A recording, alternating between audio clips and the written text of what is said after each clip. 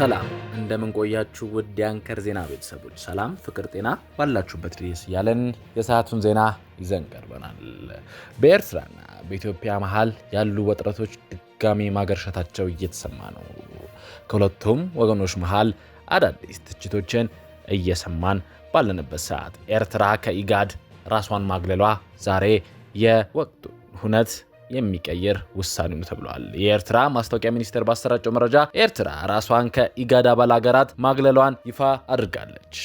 ይህ ከጀርባው ለምን እንደተፈጸመ በዝርዝር ለናንተ ይዘመተናል። ሌላው ከኢትዮጵያ ተገንጥለን ወደ ኤርትራ ነጻ ሀገር እንፈልጋለን፣ ኢትዮጵያን አንፈልጋትም፣ ከኤርትራ ጋር አንድ ላይ ተዋህደን ነው መኖር የምንፈልገው ሲሉ ሜጀር ጀነራል ክንፈ ዳኘ ተናግረው ከኢትዮጵያ ተገንጥለን እንደ ኤርትራ ነጻ ሀገር እንፈልጋለን ሲሉ ትግራዩ ጀነራሉ መናገራቸው ብዙዎችን አስደንግጧል። ለአመታት በአዲስ አበባ የታሰሩት የቀድሞ የሜቴክ ኃላፊ ክንፈ ዳኘ አነጋጋሪ አስተያየትም ሰጥተዋል። የትግራይ ህዝብ ሁለት ምርጫዎች አሉት፣ ከኢትዮጵያ ጋር ባርነት ወይስ እንደ ኤርትራ ነጻነት ሲል ግጭት ቀስቃሽ የሚመስል ንግግር አድርጓል። የእሳቸውን ሙሉ መግለጫ ለናንተ በኋላ ይዘመተናል። ሰሞኑን በተለያየ የአማራ ክልል ላይ የሚገኙ የፋኖ ታጣቂዎች ለመንግስት እጃቸውን መስጠታቸው የተለያዩ የመንግስት ሚዲያዎች ሲዘግቡ ቆይቷል። በቅርቡም ዋና አመራሮች ካፒቴን ማስረሻ ሰጤን ጨምሮ ሌሎች መግባታቸው ይታወቃል።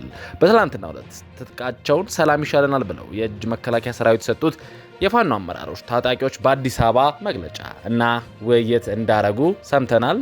ሙሉ የእነሱን ሀሳብ ለናንተ ይዘን ቀርበናል። አባዱላ ገመዳ ስለ ኤርትራና ስለ አሰብ ወደብ አስገራሚ ንግግሮችን ሰጥቷል። አሰብ የኤርትራ አካል አልነበረም፣ የነበረው በክፍለ ሀገር አደራጀት አሰብ የወሎ አካል ነው ሲል አስደንጋጭና አስገራሚ አስተያየት ሰጥቷል። አሰብ የኤርትራ አይደለም፣ አሰብ የወሎ ነው ሲሉ የቀድሞው የኦሮሚያ ፕሬዝዳንት አባዱላ ገመዳ ንግግር ማረጋቸውንና ከምን ተነስተው ይህን እንደተናገሩ ለናንተ በዝርዝር ወደ ኋላ ይዘን እንመጣለን። የተወደዳችሁ የአንከር ዜና ቤተሰቦች መረጃውን እየሰማችሁ አብራችሁን ስላላችሁ እናመሰግናለን። መረጃውን እየሰማችሁ ባላችሁበት ሁኔታም ላይክ፣ ሼር ማድረጋችሁ እንዳረሱ። ለቻናላችንም እንግዳ ከሆናችሁ ሰብስክራይብ አድርጋችሁ ከአንከር ዜና እንድትወዳጁ ጋብዘናል። አሁን ከላይ ጠቀስናቸውንና ሌሎች ለናንተ ይመጥናሉ ያልናቸውን ዜናዎች በዝርዝር እናቀርባለን። በኢትዮጵያና በኤርትራ መካከል ያሉ ውጥረቶች ዳግም መጨመራቸው ሰሞኑን በዚሁ በአንከር ዜና ዘግበን ነበር። በሁለቱም በኩል የተለያዩ ወገኖች ድጋሚ ትችቶችን፣ ወቀሳዎችን ሲሰሙ ተደምጧል። ዛሬ የተሰማው ዜና ደግሞ ኤርትራ ራሷን ከኢጋድ አባል ሀገራት ማግለሏን ይፋ አድርጋለች። ኤርትራ ይህን ውሳኔ ተወስናለች ተብሎ ሲጠበቅ ነበር ከውስጥ አዋቂዎች። ሰሞኑን ዛሬ በፍጥነት መሆኑ ግን ድንገተኛና አስደንጋጭ ሆኗል።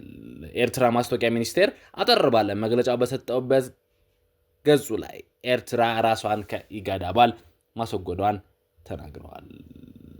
ኢትዮጵያም ወደ አሰብ እየገሰገሰች እንደሆነ የተለያዩ የሳተላይት ምስሎች እያሳዩ ይገኛሉ።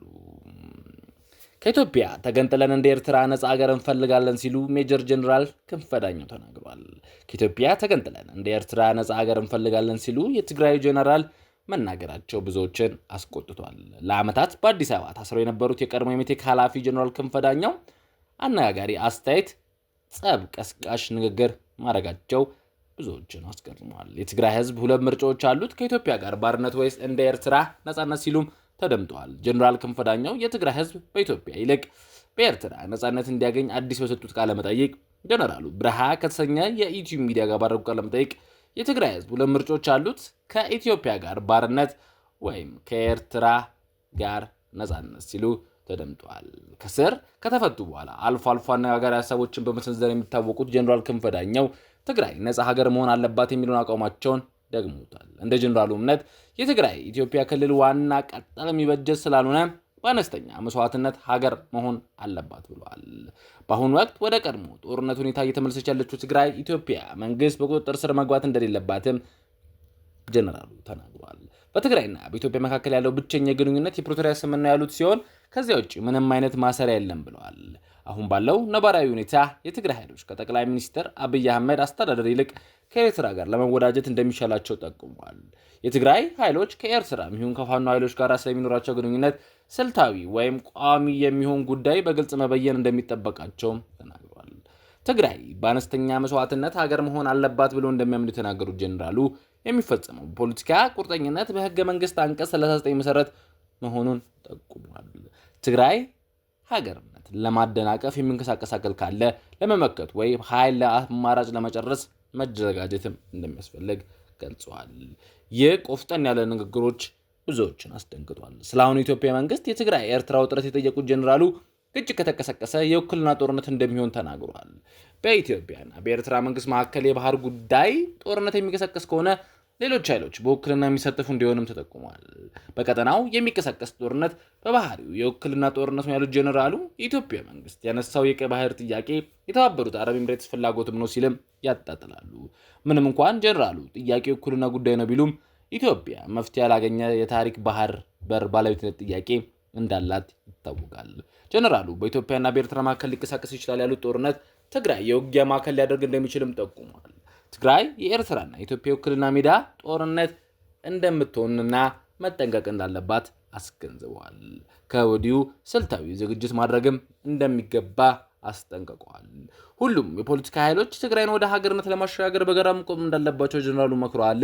የትግራይ ፖለቲካ ኃይሎች ጌታቸው ረዳን ጨምሮ በህዝብ ላይ የተመሰረተ ያሉትን የመገንጠል አጀንዳ እንደሚያቀነቅኑ ትላንት ሰሊጥ የጫነ መኪና ሲቃጠል የሚያሳዩ ምስሎች በሶሻል ሚዲያ ሲዘዋወሩ አምሽቶ እናንተም ለአንከር ዜና ከዚህ ጉዳይ ጀርባ ያለው ነገር ጠይቁልን ባላችሁ መሰረት ሰሊጥ የጫነው መኪና መቃጠሉና ከሹፌሮች አንደበት እንደገለጹልን ታህሳስ 1 ቀን 2018 ዓ.ም ከጎንደር አዲስ ዘመን ባለው መንገድ ላይ በሰብህና አርኖ መካከል ይሄ ቃጠሎ መፈጸሙን ያስታወቀው ዘገባው የጭነት መኪናው ከያዘው ሰሊጥ ጋር ሙሉ መምደዱ አስረድቷል። እንደ ዘገባው ከሆነ ይህ የተቃጠለው መኪና በደባርቅ በሚገኝ አንድ ግለሰብ ሲሆን ሰሊጡም የግል ነው። የተቃጠለው መኪና ዋጋ ወደ 15 ሚሊዮን ብር እንደሚገመትና የጫነው ሰሊጥ ደግሞ 8 ሚሊዮን ብር እንደሚሆን ገልጾ በዚህ ቃጠሎ ቢያንስ 23 ቢሊዮን ብር የሚደርስ ውድመት በግለሰቦቹ ሀብት ላይ እንደደረሰ አስረድቷል።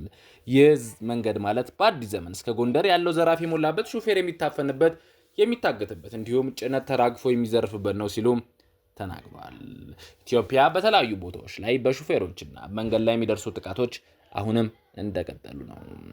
የተወደዳችሁ ተመልካቾቻችን ለሰዓቱ የያዝናቸው ዜናዎች እኚህን ይመስላሉ። የዩቲዩብ ገጻችንን ሰብስክራይብ፣ ሼር፣ ላይክ በማድረግ አጋርነታችሁን አሳዩን። ሰናይ ጊዜ